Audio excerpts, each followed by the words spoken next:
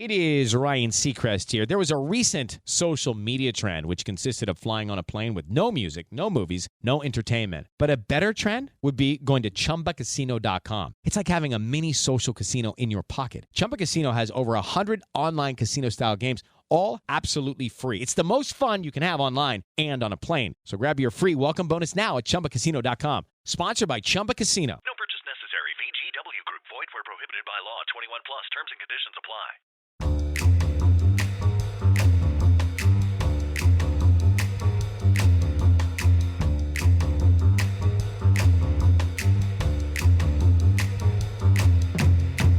Hello, everybody, and welcome to the 12th episode of Crime Over Wine, the only podcast with head-scratching true crime stories that are just better over a bottle of wine. I'm your host, Liam Collins, and this week I have some double trouble as some guest co-hosts. They are not only podcast hosts, too, but their biggest superpower is that they are a couple of badass moms. My guest co-hosts this week are Rachel Holloway and Heather Northcraft. Hello, guys. How's it going today? Hello, we are here.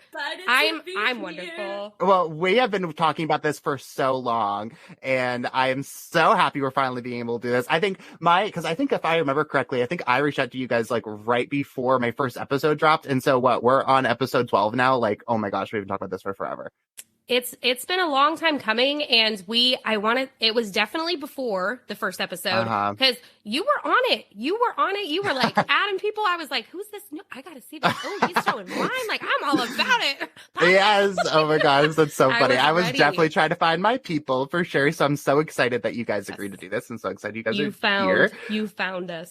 Well, so speaking of their podcast, Rachel and Heather are the co-hosts of Wine Time. It's a true crime podcast that also tells relatable and fun stories about just being a couple of moms. How did that all come about? Because that's such a unique little niche part of the true crime podcast world. So I think we are both moms and people who we enjoy true crime, right? We listen to it. It's something that we both related to. Best friends, we want to talk all the time anyways. We're talking about this. And we also need a palate cleanser, because crime is hard. Crime is a tough subject. And sometimes you get so wrapped up in it that you need something to make you laugh. So we try to bring that as well. Yeah, it literally started one day. Rachel texted me and said, let's start a podcast to get rich and famous and we can be cool stay-at-home moms. I said, done. Deal. Let us figure it out. She goes, well, I mean, we both like true crime. I'm like, yes, we do. Yeah. And she's like, and we're moms. Like, let's do it. And I was like, done. Okay. Yeah, that is so cool. And it is really such a unique little, section of the true crime world, because you only talk about crimes done by moms or done against moms too, right? Yeah. Yeah, so super neat. And so I think we should talk about the wine part. I agree. I am ready for it. I know I'm ready for it. So this week we are drinking Kendall-Jackson's rosé. It's a pale pink wine with crisp red fruit flavors. The vineyard says it's a wonderfully versatile food wine, which is super fun because I don't really think of rosé as food wines, but yeah. So I guess I'm interested to see. It didn't really go into any further detail about it, what kind of foods it could be, but I guess it's versatile, so maybe a little bit of everything. I just don't see myself drinking a rosé with a steak, but no, definitely not a steak. I don't know. I guess fish. I guess I could see that. Yeah. I don't know. But fish, white wine. I feel like that's really it. So yeah, I don't know. I'm kind of confused. We'll find out. How many episodes have you finished the bottle? Oh, what is this, episode 12? 11 episodes. Just making sure. That's the only way to go. Oh, okay. Well, cheers to you, ladies. Thank you so much for coming on this week. Ooh, that apple is definitely popping in there. Talking about those crisp red fruit flavors. I definitely got some red apple in there. That for Very sure. crisp. I'm trying to, you know what? It doesn't have that super, even though it's sweet, I think the crisp kind of cancels out the sugary linger. Yeah. So I appreciate that. Yeah. Yeah, it's definitely the sugary linger that's a really good way to put that. This is good. This was a good choice. I feel like it's gonna be light for our very non-light subject we're about to get into. It's a heavy one for sure. Yeah, definitely. If the wine matched the story, this one would definitely be a dark red. Oh yeah, right. For sure. So, like, on your podcast, you talk exclusively about true crime stories about moms, like we said, crimes committed by moms and against moms. So I thought we would continue with that theme this week. This week, we want to tell you about one of the most infamous moms in true crime history. This mom still maintains her innocence to this day, but is accused of brutally murdering her 2 boys in cold blood. But do they have enough evidence to put her to death for it? Today, we want to tell you the story of Darlie Routier, the mother on death row.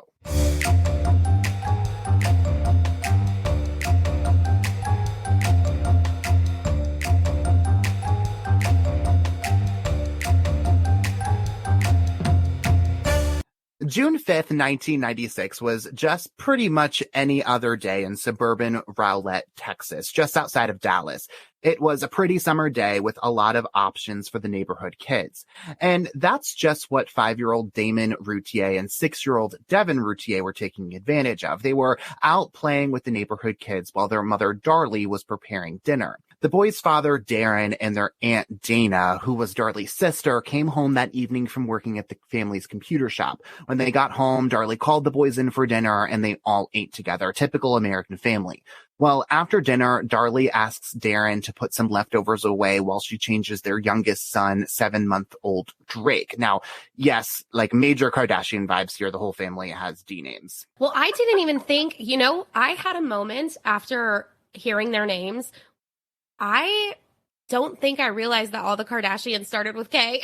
I don't pay attention. At this point, the boys went back to playing with their friends, and everybody else sat back down to watch some television. After a little bit, Darlie says she doesn't feel too well and asks Darren to drive her sister home. Eventually, everyone comes back home and settles down to watch some more television, and Damon and Devon also bring down some blankets and pillows to have like a cute little sleepover in the family room, while Darren takes Drake upstairs to sleep. Well, he comes back downstairs, and apparently, from Darlie's recollection of this night, the two have some, quote, words between each other. I wish I was a fly on the wall, and then all of this might be already solved. Right. 100%. Honestly, and the fact that it's a 7-month-old baby, I will be the first to say there are conversations when you've got like a young baby in the house, you put the kids down, you get the baby down. That's what, and you finally get to like take a breath after your day. That's when feelings come out. Like that's when shit hits the fan, where things you've been holding like against your partner, like when things like when you start bubbling out. And so like when you say they have some words, I can only imagine what those words are. But what did they actually say to each other? Well, so that's kind of the thing here, is that they give kind of conflicting accounts of what they talked about. But frankly, I don't really have any reason to believe that everything I'm about to tell you can't be true in and of itself. Darren says they talked about their 2 older boys not being able to play baseball yet because Drake was still too young to make that happen. They also apparently discussed their business, their bills, and some other financial issues that they were having. Darlie also says they talked about their car and how frustrating it was for them to only have one car because it means that she can't bring the boys anywhere while Darren is at work. Darren also shares that Darlie had been having a pretty hard time taking care of the boys, particularly that day. He says Darlie had been suffering from postpartum depression, a common disorder for new moms to suffer from. And like, look, I don't have kids, but like I know you guys do. So I'm, still like the youngest of 4, though, with like a similar age gap. Like having 3 children all at once at that age simply cannot be easy. Yeah, it cannot be exactly easy. Exactly like I was saying. I mean, I cannot count the number of nights where we finally get the kids down. Me and my husband come back, and it's just like, this is happening. This is happening. This is happening. I can't stand this. This is happening. That's happening. Yeah. And I mean, Rachel and I have talked about both of our postpartum issues, which we've all been there. And hearing what was said, I totally believe that all of that could have been talked about that night. And just, you can tell that it's tough for her. Like the times are hard. It's frustrating for her, for sure. There's something to be said, I think, about like saving, especially back in what we're talking about, 1996, like saving face, having this ideal, perfect American family, especially in Texas, like probably is everything. You don't want that. You don't want the kids to see the real problems that were going on. For sure. Yeah.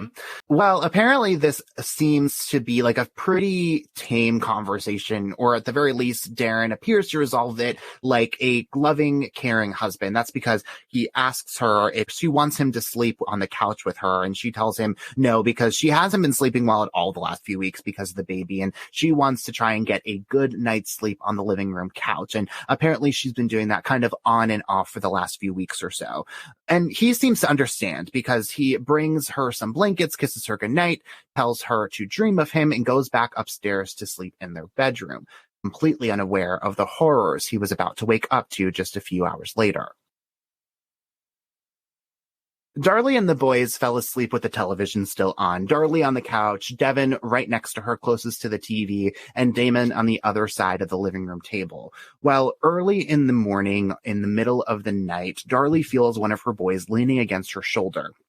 She cracks her eyes open, and as her eyes adjust, she sees a man at the foot of the couch walking away from them toward the kitchen.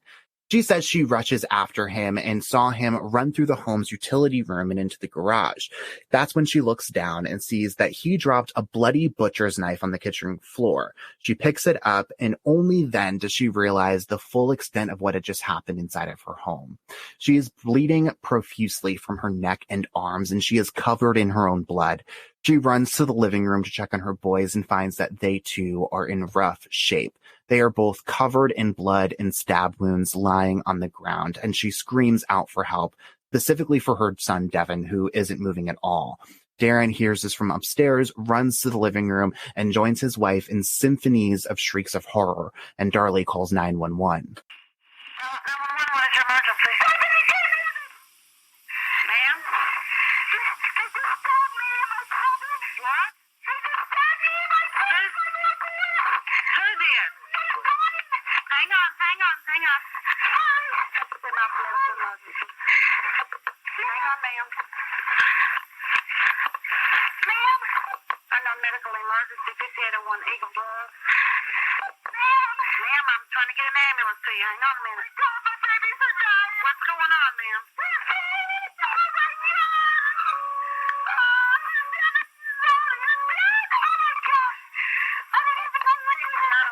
Medical emergency 5801 Eagle Drive by 238 Cross Street, Linda Vista, and Willowbrook. Attention 901 medical emergency.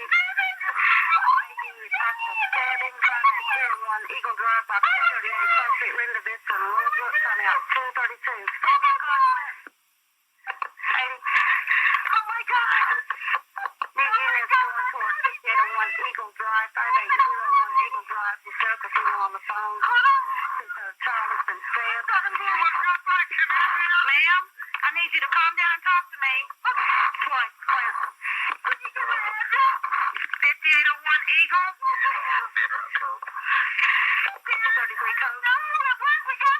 Ma'am, listen to me. I need you to. Oh my God. Do you take the radio clip? Ma'am, I need you to talk to me.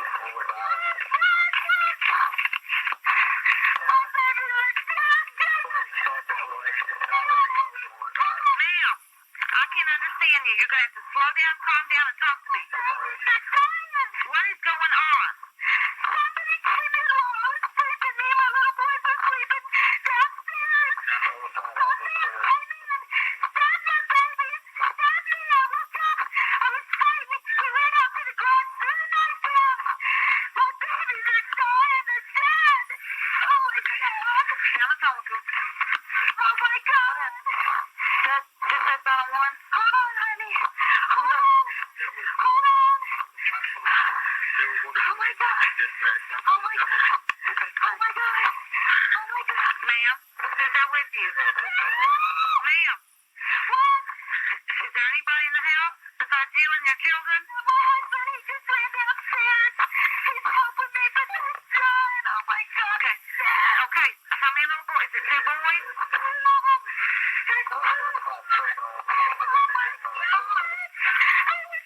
Okay, listen to me. Calm down.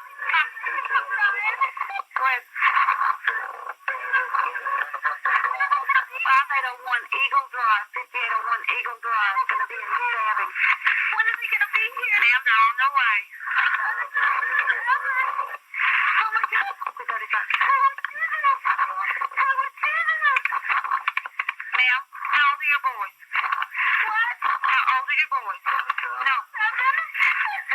Okay. Oh my God. Oh my God. Oh, shit. Calm down, can you?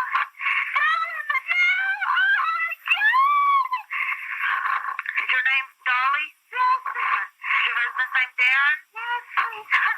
God, they're taking forever. There's nobody in your head. You don't know who did this? Don't kill him, Damon! No, they were on the cruise. I was sleeping. My baby is oh my God. Oh my God.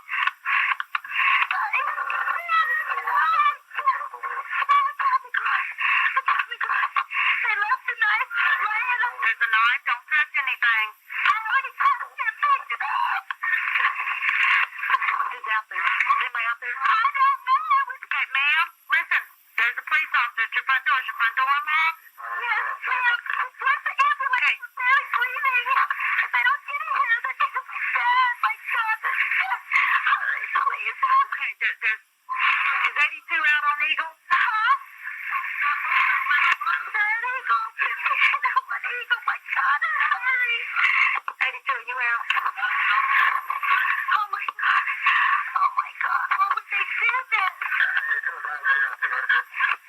What did he say? Why would they do this? Okay, listen, ma'am.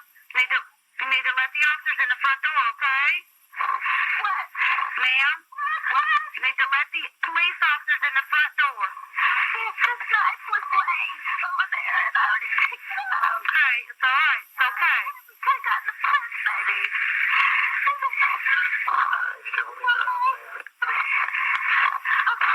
Ma'am, hang on a second. Somebody walked in here and did it, and there's nothing. Okay, ma'am. There's nothing.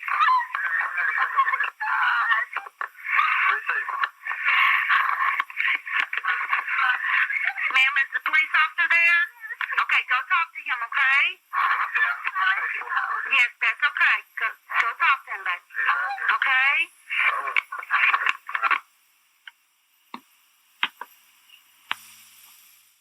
Oh God.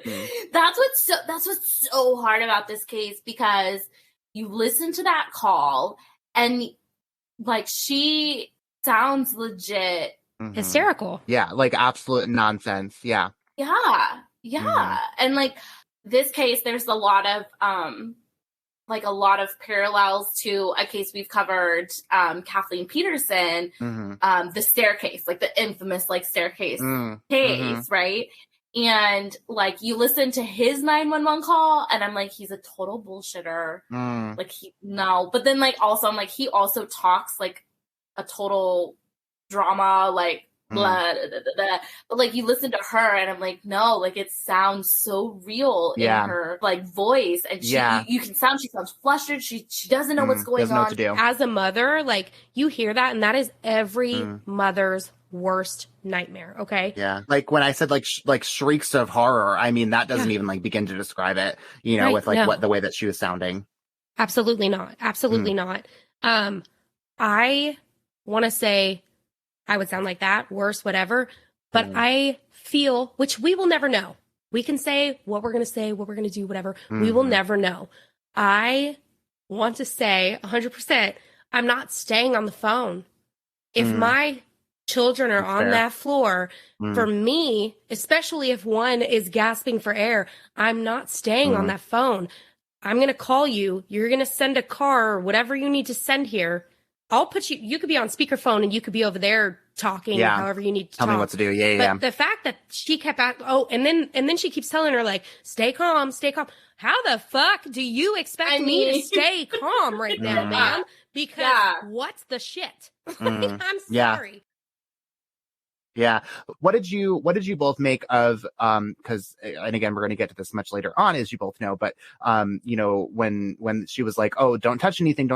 She was like, oh, I already grabbed the knife. I probably would be that person to touch everything because I'm going to take that knife. I'm going to take a gun. I'm going to take a fucking machete. I'm going to take whatever. And I'm going to keep it next to me because if anyone comes back through my house, I'm going to use it on your ass. Right. So I guess that's where my brain goes immediately is this is coming with me, whether it's a mistake or not.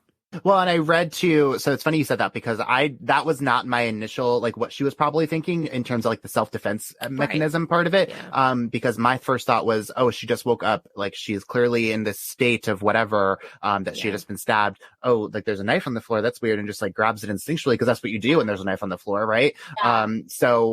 But then I did read something and there's a whole website dedicated to this case. I don't know if you guys knew this. It's called darliefacts.org. And that was one of the arguments that she made was that, one of the reasons why she grabbed the knife was because, there was a strange person in the house. Like that was the first weapon that she saw. And so that's what she wanted to do. And so so anyways, I guess, and again, we're going to get into this much later on, but I could see kind of all different angles of this. So while Rachel refills that glass, I think we're going to move on to the. I need everyone to know as I fill my glass that it's going down. While Darren and Darlie are waiting for police to arrive to help with their babies, they are desperately trying to care for them. Damon is still moving, but barely. So Darlie puts a towel on his back, trying to stop the bleeding after putting another around her own neck while Darren is giving Devon CPR. He blows into his mouth 5 or 6 times, but air just comes out of the wounds in his chest. So Darren decides to start blowing into the wounds, but obviously to no avail. When police arrive to their Eagle Drive home, Darlie and Darren go outside, and at some point Darlie pleads with Darren, quote, "You'll have to promise me we will find this man. He killed our babies," end quote. The boys and their mother are in rough shape, and Devon and Damon's autopsy reports are hard to read and even harder to hear. So go ahead and take a sip now, guys, while you can. Will do. Each of the boys were stabbed 4 times. Devon was laying on his back while he was stabbed and had wounds to his upper left chest, left mid-chest, left forearm, and the back of his left thigh. Damon, on the other hand, was sleeping on his front side, and he was stabbed in his left mid-back, upper right back, right mid-back, and lower right mid-back. He also had 2 more shallow superficial wounds, one to his left shoulder and left upper back. Ugh, I have chills. These wounds show that they didn't know anything was a threat in their life, which thank the Lord. Yeah. Because we don't need them to know that. I can't, the trauma of that alone, a lifetime of issues. But, speaking of that, Darlie, what about Darlie? How is she doing after all of this? Because you said, she was also attacked. What is she doing? Well, so Darlie was stabbed multiple times too. She had stab wounds to her neck and to her arms. Doctors later say that the stab wound to her neck had missed her carotid artery by just 2 millimeters. And to put that in perspective, an injury to that artery would have been fatal within seconds.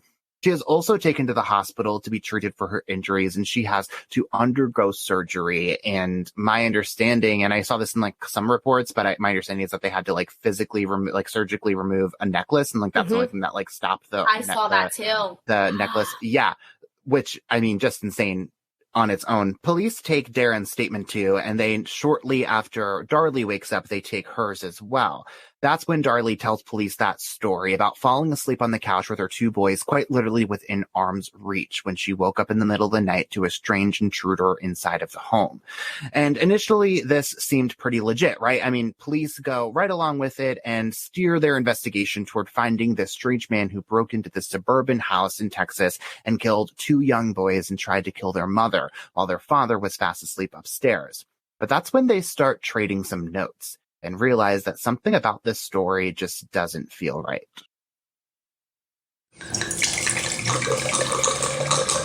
I don't know if it's the line or I don't know if it's where we're at in this story, but I am in my feels right now. I don't, honestly, this wine is kicking. I like it. Listen, if you listen to my first couple episodes, listen to every episode at this point, I say it every single week, I am a dry boy. I'm a dry wine boy. That's all I do. Boy. And so, and so I usually steer away from rosés for that reason. But for a rosé, it is sweet. It's a sweeter rosé. It's a very enjoyable one. It's going down very nicely. And also too, because I keep going back every time I take a sip, I'm like, wow, those like red fruits, like that was like the perfect way to explain this. Like, it's so hard to even, like when I first wrote down red fruits, I was like, red fruits. I was like, what does that even mean? But like now that I'm drinking it, I'm like, yeah, it tastes like red fruit. Yeah, it does. You know what? I know, and we've talked about this numerous times. We are Cab Sauv. We are definitely Cabernet And girls, so for sure. it's like, I appreciate the fact that you got me out of my comfort zone, and we are drinking a rosé together right now. All right, I want to hear about Darlie. Yeah, let's go back to Darlie. So Darlie doesn't remember much about this brutal middle of the night attack on her and her two beautiful innocent boys, but she remembers bits and pieces of it. At least that's what she tells police.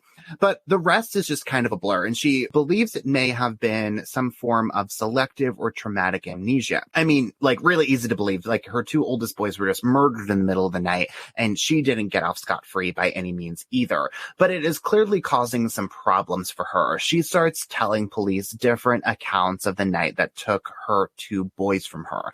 At first, she tells police the story that I just told you all, that she woke up after feeling Damon against her shoulder and rushed after the man at the foot of the couch. But the more police ask her about it, the more that story changes. At some point, she says she woke up to the sound of breaking glass.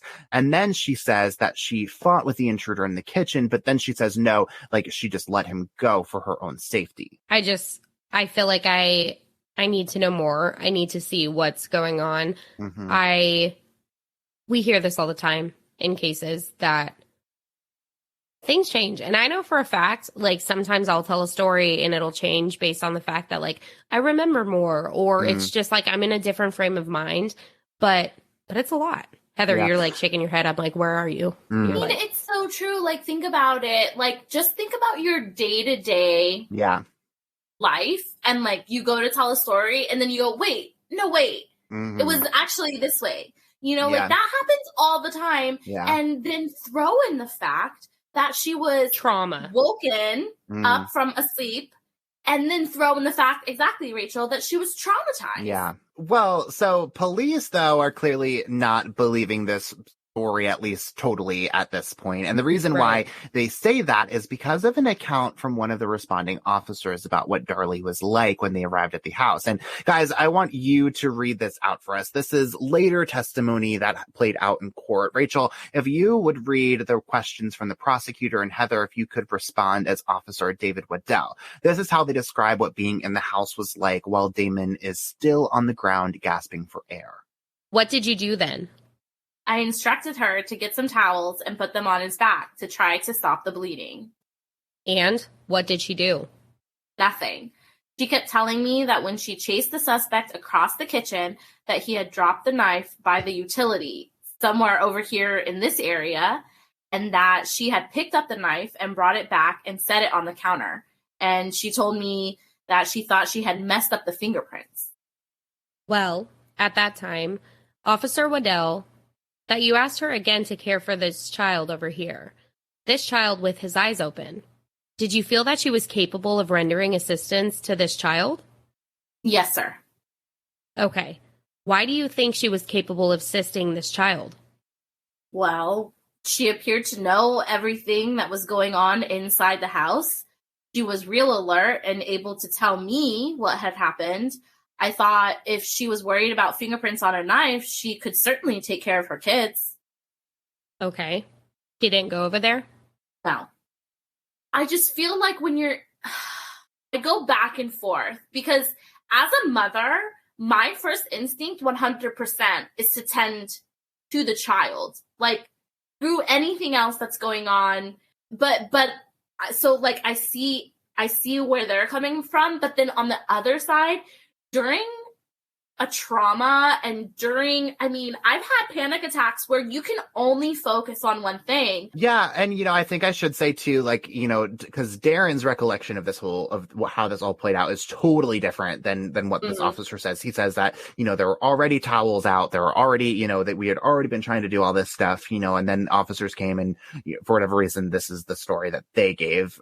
So, I don't know, maybe there were towels and, maybe they're at this point, these the original towels were gone, and the officer came in and said, okay, well, where are the towels? Didn't know that there were already, you know what I mean? I don't know. And there seems to be a lot of harping on the fact that she picked up the knife, which is they're gonna look at that. Yeah, they're gonna look at that, and it makes sense to look at that. Everyone's gonna look at that. That is something, it makes a lot of sense. So officers and prosecutors clearly have this idea in their head of how Darlie had handled this situation. And it wasn't, in their opinion, how a grieving mother was likely to handle her two boys being stabbed to death in the middle of the night. But of course, you can't make an assumption based solely on how you think someone should be handling an incredibly traumatic experience. So they do what any investigator would do. They resort to the physical evidence at the crime scene to see if this story matches up. They take photos, fingerprints, and swab for DNA while also mapping all of that out to see if what Darlie and Darren had told them about the way that this brutal double homicide played out was actually what had happened. And of course, they start with that knife. They figure out that the white-handled butcher's knife that was found on the kitchen floor came from inside of the house. It matched the set of knives the family had in a block sitting on their kitchen counter. They test the knife for fingerprints and cross-reference the blood on the knife with the DNA of the victims and find something pretty interesting. They see that indeed the fingerprints on the knife were smudged, just like Darlie feared they would be. But when they test the blood that's on the knife, they find that there are only two sets of blood samples present, and that's Darlie's and Damon's, but not Devon's. WTF? How does that happen? Does that mean that there's two murder weapons? Well, so that was never really fully explained by police officers. Devon is in just as bad of shape as Damon was. He literally died on the scene, but there's no evidence that he was stabbed using that same knife. I guess supposedly, let's play devil's advocate here. It's possible this mystery killer stabbed Devon, cleaned off the knife, and then went back to finish the job. But seems pretty unlikely, right? It seems even more unlikely that they would have been able to clean off every single drop and every single trace of Devon's blood without waking anybody up. But at the same time, they're looking at blood spatter evidence too, and they focus a lot of that attention at the kitchen sink. There is a lot of blood there, and for reasons police seem to believe are largely unexplained. Remember, the narratives officers are giving at this point is that they had to instruct Darlie to go help their kids when they arrived, which is when Darlie covers Damon in towels. Darren gives a bit of a contradicting statement to this and says Darlie did get towels from the kitchen, but police say if that was true, there is still more blood there than there should be at this area of the kitchen. They said the amount of blood was consistent with someone who had been standing there bleeding for a good while, almost like that is where the initial attack had taken place. Again, you have to remember, she's bleeding from her neck. Mm-hmm. She's bleeding from her arm. She's she has cuts and bruises. And I know they said, and I've seen the pictures. If you guys really want to go see That's it, what I was going to say. But there's a lot of blood. There's a lot of blood. But I also know that I feel like you could have been standing, let's think about this. The length of that 911 call was 6 minutes long? Oh, yeah. Mm-hmm. If you were standing there for 6 minutes, you easily could have dropped that much blood. Yeah. I feel. Yeah, it does feel weird to me, that they're she must have just been standing here just blah, blah, blah, and it's just it's oh, yeah, blah, blah, that. Well, anyway, that was weird. Let me gush right here. Yeah, right. And it's okay, why there? Why, everyone knows that she was bleeding. And right. It's why would she try to hide it at the sink? That feels kind of strange to me for sure. And it's I don't know. Yeah, I don't really understand, I guess, why harping on this? Why the kitchen sink? Why is that such a huge, sticking point in your investigation about this whole thing? Next, they turn over to the garage, and this is when they discover a large window there opened and the screen that had been cut through, a decent sign of a break-in. But while they're examining the house, they come across more signs of what may have been used to cut open that screen. It's a butter knife that has fiberglass rods that match the fiberglass from the screen, but that butter knife is still inside of the house and still in its usual place. So, like, if this supposed intruder used the knife to cut the screen open, he just, like, ran it back into the kitchen. And if that's what happened, how did he get into the house? Like, presumably the butter knife was already inside of the home when this guy was trying to break in, right? There's no way. Yeah. There's no way. I know. So something that I have to mention is and maybe I am unlike every other human in the world. I'm not sure. Maybe we are all the same. But I use my knives to cut open literally everything, whether it's mail, whether it's something off of a shirt, whether anything. I grab the knife from there. It's the most accessible. We do need to get Rachel some scissors, but it's accessible. So anyone who wants to contribute to Rachel's life, scissors take too long. You got to use both fingers, where you just grab that shit and you. So I don't know how. Liam, stop laughing. I'm just like imagining in my head Rachel walking around a knife with her house and like cut it. I'm gonna have scissors in my Amazon package this week for sure. It is wild that this could have been used for the same thing, but it could have been used for so many things. And I know that because I do this. The officers also look around the window inside and outside of the house, and they say that looks just as odd because there is a patch of mulch outside of the window that is totally undisturbed. So, like, if the guy did get out of this window, like, where did he go from there? If all of that wasn't enough to raise an eyebrow or two, what they found a few houses down was also enough to prove that there was something nefarious happening at this crime scene. Just a few houses down, about 75 yards away in an alleyway, police find a sock. Now, not just any sock. They find a sock that has Devon and Damon's blood on it. An officer describes the stain as the size of an elongated nickel, and Darren testifies that this sock is indeed his. I mean, what? Does that like, mean what? Listen. I had my whole opinion about this whole thing, and this freaking sock just totally blew everything out of the water for me. Yeah, because so again, like, they think it happened inside the house. Mm-hmm. How do they explain a sock 75 yards away? We're not talking like she could throw a sock out her window and it land there 75 yards away. Yeah. With both children's blood on it. So yeah. Well, I think that is, again, definitive proof that, like, whatever happened inside the house, whatever storyline anyone wants to believe about what's happened inside the house, it clearly spilled out of the house. You know what I mean? Like, it led to this alleyway. So, if officers weren't suspicious enough about Darlie and Darren's story about this supposed intruder, what they find while searching the rest of the home definitely makes them direct their eyes in a new direction. In Darlie and Darren's bedroom, they find a journal of Darlie's, and one particular entry is pretty alarming. It's an entry addressed directly to Darlie and Darren's 3 boys, and it says, quote, "Forgive me for what I'm about to do." So this is just so hard, right? Because we know from multiple people that Darlie is having postpartum. And there's a lot of things that go through your mind with postpartum. And, it's really tough to say without knowing what the whole entry was. Like, if they're just focusing on this one thing, like, you can see that going a lot of different ways.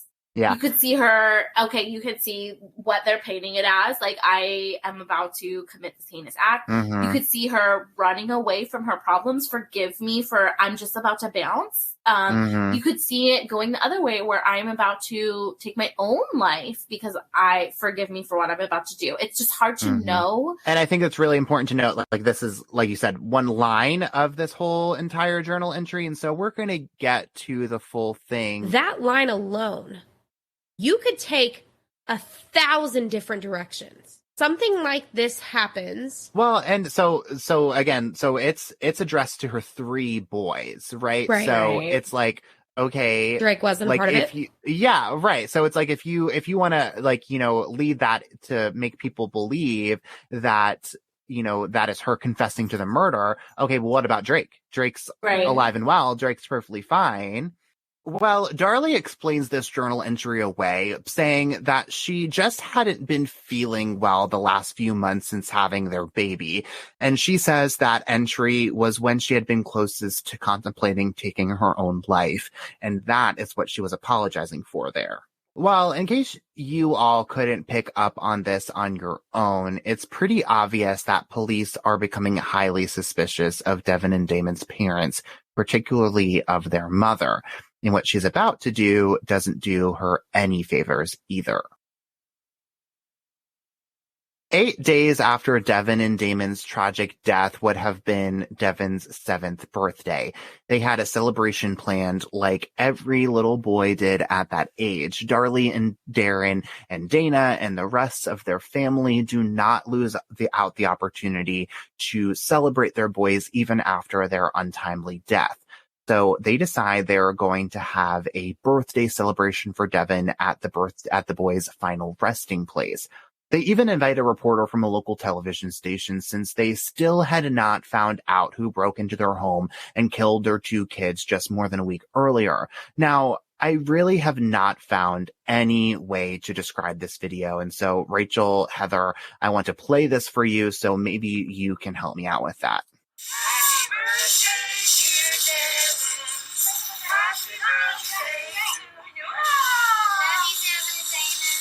I hate it so hard. I do. I 100% hate that. Granted, people can edit things however they want to edit things, but what you're seeing is this mother who a week ago lost her 2 children. She's spraying silly string like over the site in just like a very, and she's laughing and she's joking. And when she gives kind of like the interview, because that part also gets me, like they invited reporters, like I just don't feel like that was appropriate. Even if you hadn't found the perpetrators yet, like there's a time and a place, and I just don't feel like that's it. Yeah. She's smacking her gum. She's like, the way that she's talking, she's spraying silly string. They're laughing, they're joking, they're chewing, they're having a good time. Yeah. It just seems, and like you said, like, okay, maybe you're trying to celebrate the way your boys would want to, but it just doesn't seem, at least in this small clip, and again, editing being what it is, it just doesn't seem appropriate in the least. Yeah, and I think, you know, and I think important to note, like, I don't know what she knew at this point, but I would imagine she probably didn't think that she was a suspect in her kid's death. So, you know, maybe if she did know that, maybe she would have behaved a little bit differently. Right. I would hope so anyways. Well, so this was really all that investigators needed to see to know the truth that they had been suspecting for days, that the person who Devon and Damon should have been able to trust the most betrayed that trust in one of the worst ways imaginable. On June 18th, 12 days after the boys went to sleep for the last time, and 4 days after that now infamous silly string video was recorded, police announced, after what they call the most extensive and exhaustive investigation conducted by the police department, that they are arresting and charging Darlie Routier, the boy's mother, with capital murder. I feel it's so hard because you can play devil's advocate in this case. Do so many things, all of the things that happened at the house, the forensic evidence, all of this. But kind of like you said, you see this infamous silly string video and you're like, okay, like it really leans you to one side. As a mother, I just, you know, it's very hard to say that that is normal. I mean, I guess I could see, from police perspective, see that and be like, whoa, like that's not how like a grieving mother behaves. And like, Right. but that's not a reason to lock someone up. And so I guess it's just like that in combination with everything else. For sure. That video in itself, it's crazy because you look at it, you see it and you think to yourself, I wouldn't act that way, or I wouldn't do that. And some people see it and they think to themselves, that's exactly how I would act because I would want to honor them and show them that I'm celebrating them and whatever. The point is you don't get to make that choice. Yeah, you don't get to say she was supposed to act this way. Yeah. She was supposed to do this. You're not her. So interestingly enough, Darlie is only charged with Damon's death. And maybe it's because the blood in the apparent murder weapon only matched Damon's blood. But the theory here is that prosecutors would try Darlie for Damon's death. And if they failed, they would try her again for Devon, since that would not be a violation of someone's constitutional right against double jeopardy.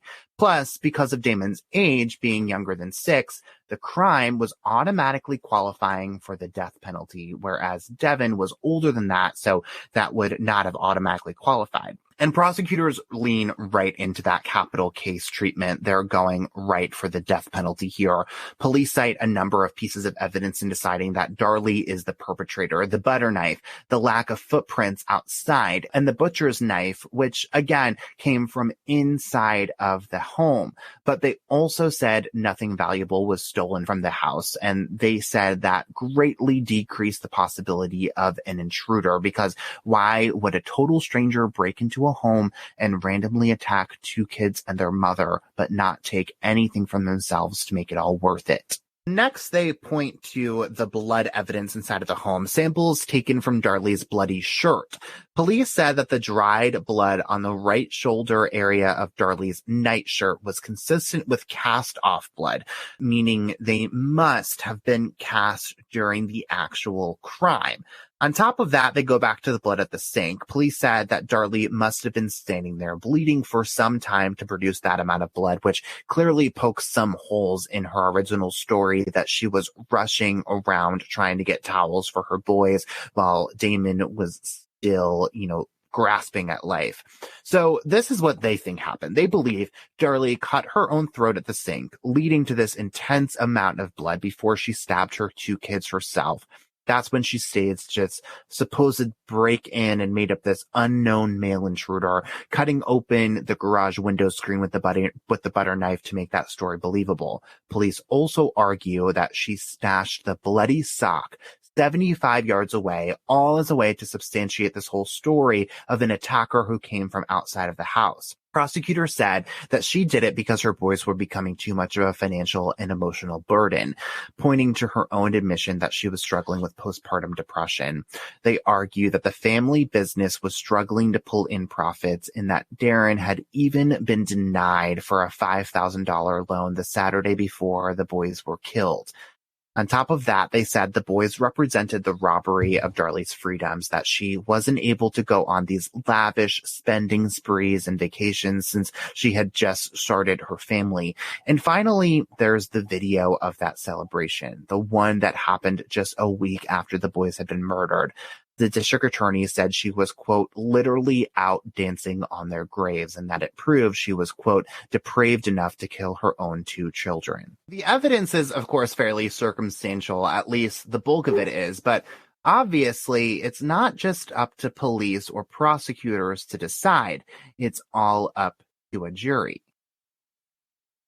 Darlie Routier goes to trial the very next year, where the prosecution lays out their story for how they think the early morning of June 6, 1996 really all played out. They point to the financial burdens that the family had been experiencing over the last several months to years, and they clearly tried to paint Darlie as this horrible mother who only cared about herself. And the best evidence of that was the birthday party at the boys' grave.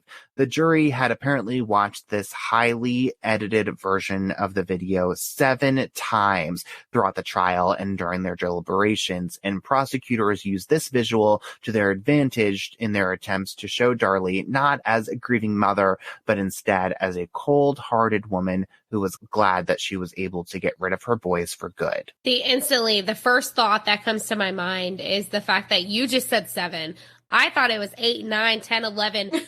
They wanted to see this. They wanted to see it more. That's Right. what it comes down to, is they wanted to see this video.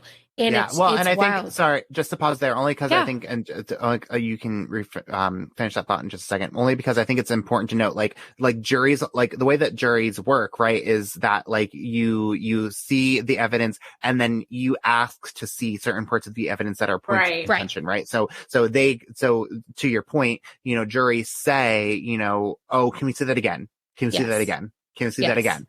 So it's not just it's not either side of this case saying, oh, let's just keep showing it to them. It's the jury asking for it numerous times. It was clearly in their head. Like that was clearly something that they were stuck on as a point. Like, let's go back and look at this evidence again, because to them, you can see like the reason why you would want to look at that again, because it ultimately gives you the ick. Right. You don't want to, but like you have to, is because you're trying to, glean something further from that. Well, Darlie takes a bit of a unique approach to her own trial, one that a lot of attorneys would probably caution against.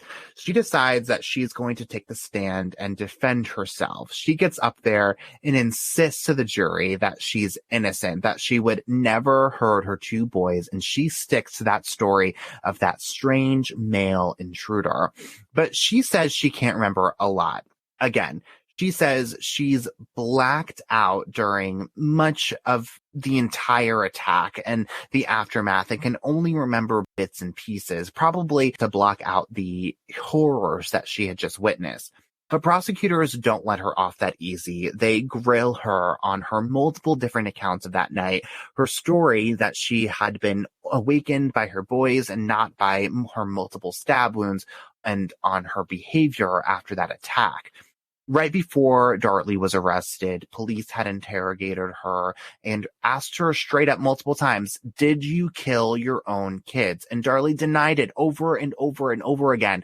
But apparently, at least one time, she replied saying, if I did, I don't remember. Ugh. I have so many feelings about this. And like, one thing that just like continues to come to my mind when I think about this is Making a Murderer, Netflix documentary. If you guys haven't seen it, go freaking watch it, because the truth of the matter is, A, you're being grilled by this authority. We know that elicits certain responses. B, she has been through this traumatic experience. And so it's just so hard to say if a guilty person's saying that because, they say like guilty people need to get shit off their chest, or if an innocent person is saying that because they're literally traumatized, they're being grilled, and they're like, look, I really, really do not know what answer you want from me right now. Well, and that wouldn't be the first time that we heard about this either, right? I mean, so many times I feel like I've told stories on this very podcast of, investigators that are just like, what happened? And they're just like, you have no evidence that I ever did this. Want to know why? Because I never did anything wrong. Right. And it's like, I think back to, episode 7, that it's, the Sherry Orofino case where they're grilling Paul and saying, we know you did this. We know you did this. Look, we have this like person, who said that they were talking to you and they're a murderer and blah, blah, blah, blah. We know you did this. We know you did this. But then he takes a polygraph and he passes. Right. And he's like, and they're like, oh, okay. Yeah, that's fine. We're going to move on. And it's like, well, okay, well, you just grilled him. Yeah, it's like WTF. It's like, okay, so point being, it's like, especially around this time, like, I do not, maybe in 2023, like, maybe I, give them a little bit more grace, potentially. Yeah. But, like, 1996, I definitely don't put it past any police department to really be putting it into them. For sure. For sure. Yep. Darlie denies ever saying this, but prosecutors lean into that, basically taking this as an admission of guilt. And after a 9-hour deliberation, so does a jury. On February 4th, 1997, just shy of 8 months after the murders, the jury finds Darlie Routier guilty, and she is sentenced to death. Death. It's so hard, right? It's so hard. I have had so many conversations because this is, you know, when you do this kind of stuff, this is what you talk about with your people. Yeah. I've talked to my husband about, would you be able to ever consider a death sentence for someone? Like, would you ever be able to consider? Yeah, and it's so hard. I could. I mean, so we say that. We say, like, if the person straight up said, yup, I did it. Yeah. MFers, like, this is all me, and I'm a cop to all of it, and they're, like, the worst, you know, piece of trash in the history of the world. Yeah, F it. Like, either sit them to the island where they can't do anything, or, you know what, F it, you know? But it's so hard on a case like this, where it's just, like, clearly there's so much back and forth. How could you even consider something like that? Well, and it makes me wonder too, like how it was, because obviously we're talking about all this, you know, what, like 27 years later, and it's like, you know, we know so much in hindsight, but it's like, how was this presented in court? You know what I mean? It's like, you know, I could see so much, you know, opportunity for that, where again, like, I think, you know, point being is, like, you know, I think about the jury and I'm like, okay, you know, like, you know, they have to live with that for the rest of their lives. The fact that they sentence, and like, I'm sure in their heads they're like, yeah, guilty. But then, you know, all these years later, like, I'm wondering what they're thinking, reading all of this, knowing what, you know, the devil's advocate portion of it. Yeah, everything that came out, like, afterwards, like, as a juror, do you sit there and you go, no, I did the right thing, like, she's definitely guilty, or, oh my God, did I make a huge mistake, and I could have been the person that changes this lady's life. Like, it's crazy. Well, so Darlie maintains her innocence to this day, and her lawyers have actually recently won multiple different appeals to try and get DNA retested and to try and get Darlie a new trial. But in 2023, Darlie is still a mother on death row. But Darren and her family insist that she did not do this and that she is an innocent woman. Her youngest son, Drake, was put into custody of Darren's mother, who also say that Darlie is innocent. In 2013, Drake was diagnosed with leukemia, but is now in remission. He would be 26 today. But as you all know, there is more than one side to every story. And if you know Darlie's story, you're probably sitting there listening to this and going absolutely crazy. You're wondering why we're all leaving out critical, and I mean critical, pieces of evidence. Critical. And you all know me better than that at this point. I left out so much on purpose because there is so much that we didn't even touch on that could make you all wonder if there has been an innocent woman sitting on death row for more than a quarter of a century. But you'll have to wait until next week to hear that side of the story. And not here on this podcast, but instead, we are going to dive deep into the case for Darlie Routier's innocence on Rachel and Heather's podcast, Wine Time. So Rachel, Heather, tell everyone when and where they can find not only that episode, but also all of your fantastic episodes. Tell us about it. So, first of all, I am so excited because, like you said, you, I will say intentionally, left out so much. The only thing we can tell you is there's more to come. But so Heather and I, we have our podcast, Wine Time, and you can find us kind of anywhere, any of the podcast platforms we are on. We are at Wine Time, and it's, you know, a momcast. We are here, like he said at the beginning. Liam had told you guys that we are a momcast. We bring the good, the badass, and the crime of all the mom content, and we do. We kind of, I don't want to say catered towards that crime, but that's kind of why we're here. That's our niche. That's what we do. It is. It definitely is. But we will be bringing that part 2 to you on Wine Time. So come and check that part out. Check it out next week. Our episode will drop on April 18th.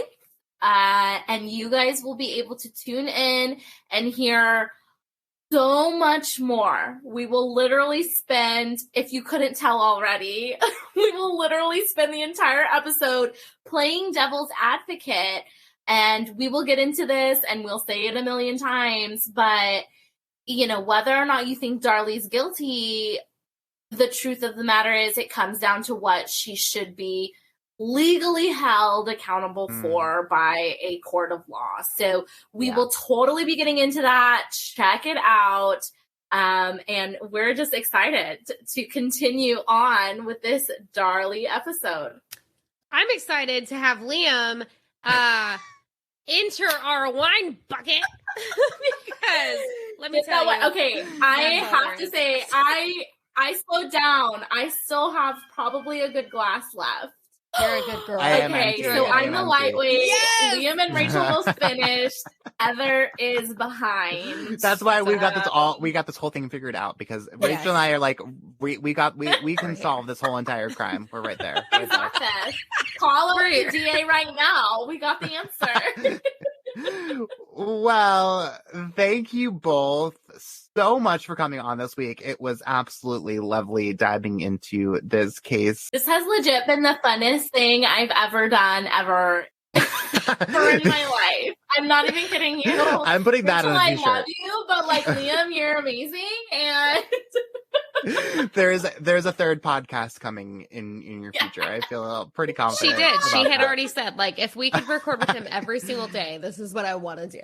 So we appreciate it. Thank you so much for having us on Crime Over Wine. We loved every single second. Thank you all again so much for coming on. And thank you all so much for listening too. We are going to put all of our sources on our website so you can read everything for yourself and probably come up with a few theories too. And by the way, if you love this podcast and are wondering how you can tell anyone and everyone about it, the best way to help others find this podcast is by leaving us a review and a rating wherever you are listening right now. So make sure you follow us on Facebook, Twitter, and Instagram, and also Wine Time on Facebook, Instagram, and Twitter too.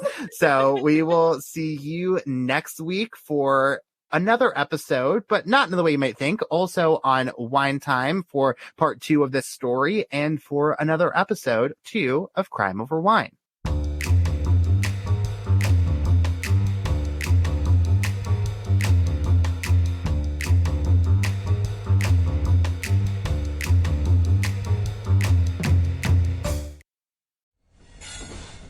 Proud member of the Podnuga Network.